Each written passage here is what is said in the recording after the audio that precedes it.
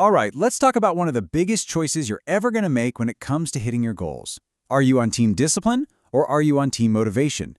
And trust me, the one that actually works is probably not the one you think. So, everything we're about to break down starts right here. It's a simple, and for a lot of us, a pretty difficult idea to swallow. It starts with this.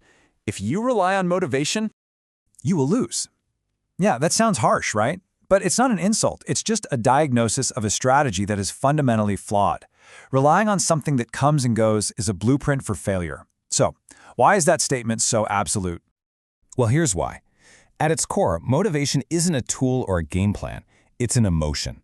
You know the one? That rush of excitement, that bolt of energy you get right at the beginning of something new. And that's the whole problem, isn't it? Feelings are fickle. They are the most unreliable narrators you could possibly have. One day they're telling you you're a superhero who can do anything, and the next they're whispering that you should just give up and quit. So let's really dig into this in our first section. We're going to explore exactly why betting on your feelings, why betting on motivation is a losing game in the long run. This right here, this slide lays it all out. It's the ultimate showdown. On one side, you have motivation. It's emotional, it's unreliable, it's temporary. And look at that last one. It disappears under pressure. The second things get hard, it's gone. But then you look at discipline. It's all about commitment. It's reliable, it's permanent. It's designed to stay strong when the pressure is on. And this is the question you really have to ask yourself. Just be honest. That big project gets really difficult. You have a terrible day at work. You're just plain exhausted. What happens to that little spark of motivation? It vanishes. And that's the exact moment most people stop. Not because the goal was impossible, but because they were waiting for a feeling to carry them instead of building a system. okay, so let's flip the script. Let's redefine discipline, because a lot of us hear that word and think, ugh, punishment or restriction. But that's not it at all. It's actually this quiet, consistent power that changes everything. This is what discipline actually looks like in the wild. It isn't loud, it's not flashy, it doesn't need a hype video or a cheering crowd. It's the silent work you do when nobody's watching. It's making the choice to show up and put in the work, especially on the days you have 100 reasons not to. That's it. That's where progress is made. And if we boil it all down to one single sentence, this is it. Discipline is simply choosing what you want most, your ultimate long-term goal, over what you want right now, that little hit of comfort or distraction. You're making a trade. You're swapping instant gratification for your ultimate victory.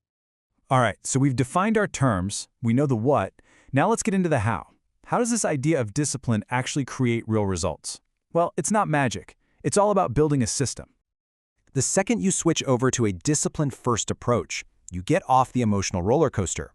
You are no longer a hostage to your moods or your daily energy levels. Your progress is guaranteed by the system you've built on commitment, not the chaos of how you feel. And this slide shows you the beautiful, powerful chain reaction. It is a simple formula. Discipline builds habits, so you don't have to think about it. Those habits create consistency. It just becomes what you do. That consistency leads to real, measurable progress. And that steady progress, stacked over time, that's what creates success. You're building a reliable machine, not waiting to win the lottery.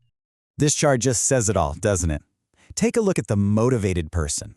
They get these massive bursts of 100% effort. Looks impressive, right? But they're all over the place. Now look at the disciplined person. Just showing up every day, even if it's only 50% effort. It's not glamorous. But over time, that cumulative effort on the left absolutely crushes the occasional burst on the right. Consistency always wins. It's not even a fair fight. So, we've broken down the why and the how. Now it all comes down to you. This isn't just information. This is an instruction. This is your call to action, and it starts this very moment. Stop waiting for the perfect moment to arrive. Stop waiting to feel inspired. Stop waiting for all the conditions to be just right, because you know what? They never will be. The only moment you actually have any control over is this one. So get up, take the first step, not tomorrow, not next week, right now. So make the choice. Stop chasing that fleeting feeling of motivation. Instead, start laying bricks. Start building the solid structure of discipline, one action at a time. Your future self doesn't care how you felt today. It only cares about what you built. Let's end on this one thought. Motivation. It's the match. It's fantastic for sparking the fire and getting things started.